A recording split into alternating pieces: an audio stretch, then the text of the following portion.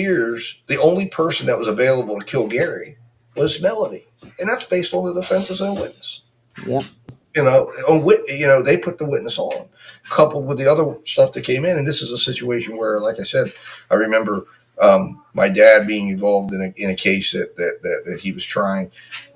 His law firm was trying, and I was there working as a paralegal, and or sort of as I was in high school, so I wasn't really being paralegal as much as I was just like a. What's the term I'm looking for? No, well, it was a researcher, but it was paralegal wasn't the right term. It's they're hiring intern. I was interning at the law firm, and basically, I was in charge of taking care of the expert witnesses. And the witness that I had, her name was Jolie, and she was like a psychologist. It was a child mistreatment case, and essentially. I was responsible for like taking her around and traveling around and I would go into court and I was taking notes. And so we're sitting there and my dad and I would go to dinner after court. And and then we'd go back to the office to go, strategize and prepare and talk about things. So we're sitting at dinner and I said the defense that the state had rested and the defense was going to be putting on a full-throated defense. So it was like 3 witnesses.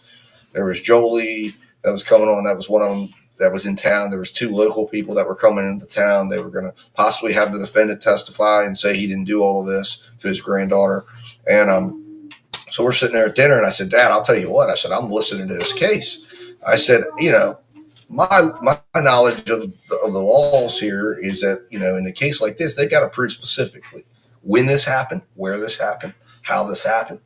I said, if you guys go put on these witnesses, my big concern is – you're going to fill in those gaps because right now as a juror, right, I wouldn't be able to answer these questions based on what the state put on. I said, I think the state is waiting for you guys to put on your case. Yeah. Yep. And then they're going to respond and then this guy's going to get convicted.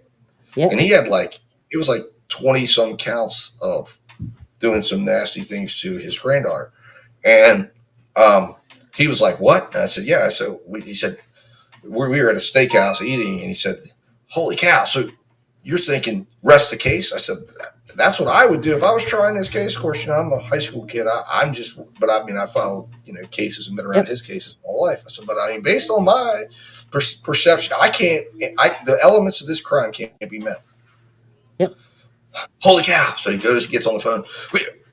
We're coming back. So we got our meal to go. He takes me back. I proceed. He says, Stevie, come in there. I want you to tell everyone what you just told me. So I come in and I do it.